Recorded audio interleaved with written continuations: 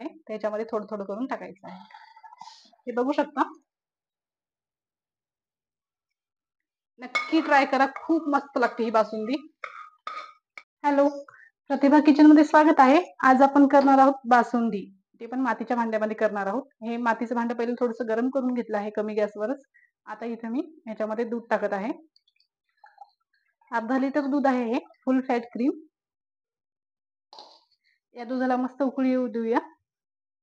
10 मिनिटं लागतील. आपल्याला कमी गॅसवरच करायचं आहे. मातीच्या भांड्यातच कधी पण बासुंदी किंवा खीर हे मातीच्या भांड्यात किंवा लोखंडी कढईमध्येच करायचं, खूप मस्त होते त्याच्यामध्ये बनवल्यावर. आता याला आपण छान उकळी काढून घेऊया.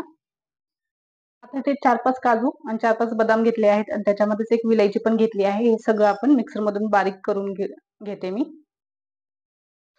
आता इथे 1 चमचा मी कॉर्नफ्लॉवर घेतला आहे. आता ह्याच्यामध्येच आपण ना 1 चमचा मिल्क पावडर टाकणार आहोत. मिल्क पावडर टाकल्यामुळे काय होईल, म्हणजे खीर आपली छान खव्यासारखी टेस्ट येईल. याच्यात थोडंसं दूध टाकायचं आहे आणि हे छान मिक्स करून घ्यायचं आहे. आणि कॉर्नफ्लॉवर मुळे काय होईल, छान दाटसरपणा येईल आपल्या खीरला आणि एकदम परफेक्ट होईल. खायला खरंच खूप मस्त लागते. एकदम क्रीमी होईल कॉर्नफ्लॉवर टाकल्यामुळे. आता हे सगळं मिक्स करून घेते. दुधाला मस्त उकळी आलेली आहे. आता आपण ह्याच्यामध्ये आपलं कॉर्नफ्लॉवर आणि मिल्क पावडर मिक्स केलं होतं ना, ते आपण हे टाकून घेऊ याच्यामध्ये. कधी पण गाळूनच घ्यायचं, म्हणजे खीर आपले बासुंदीमध्ये ना लम्स नाही होणार, गुठळ्या नाही राहणार. आता हे छान मिक्स करून घेऊया. आता ह्याच्यामध्येच आपण काजू, बदाम आणि विलायची पेस्ट केली होती ना, हे सुद्धा ह्याच्यामध्ये टाकून घेऊया.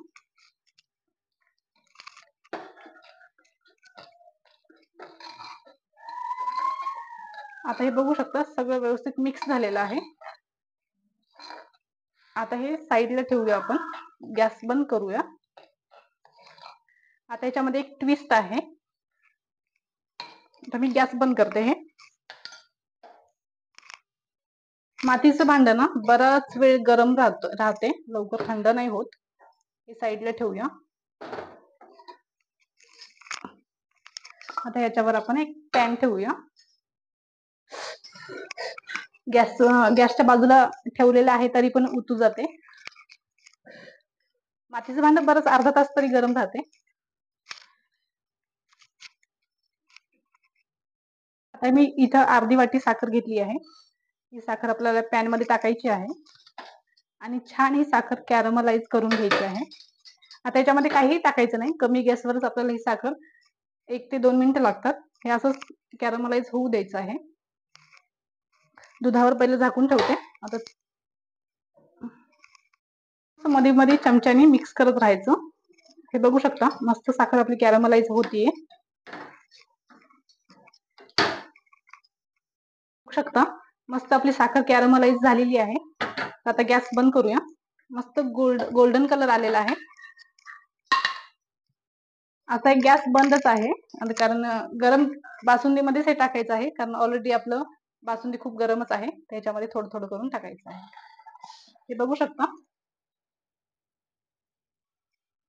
नक्की ट्राय करा, खूप मस्त लागते ही बासुंदी आणि एकदम सोप्या पद्धतीने सांगितलं आहे. आता हे छान आपल्याला मिक्स करून घ्यायचे आहे.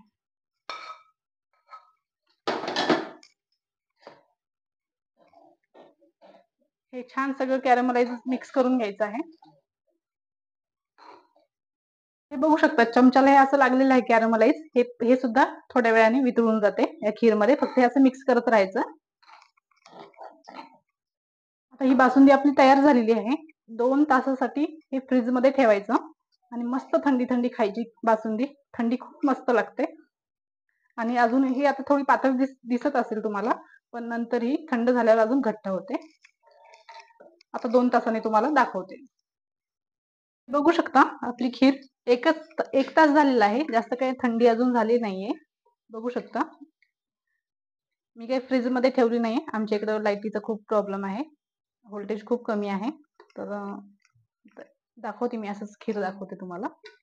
मस्त वाटीत काढून घेऊया. कलर बघा खूप मस्त आलेला आहे.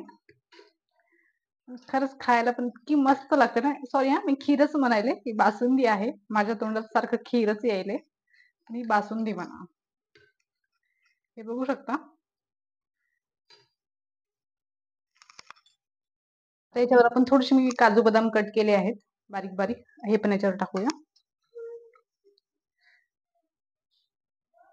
आणि तुम्ही नक्की ट्राय करा. खरंच खूप मस्त झालेली आहे आपली बासुंदी. एकदम कमी वेळेत केली आहे. 10 मिनिटातच तयार होते, बघू शकता.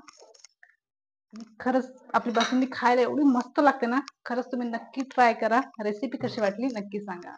Okay, bye.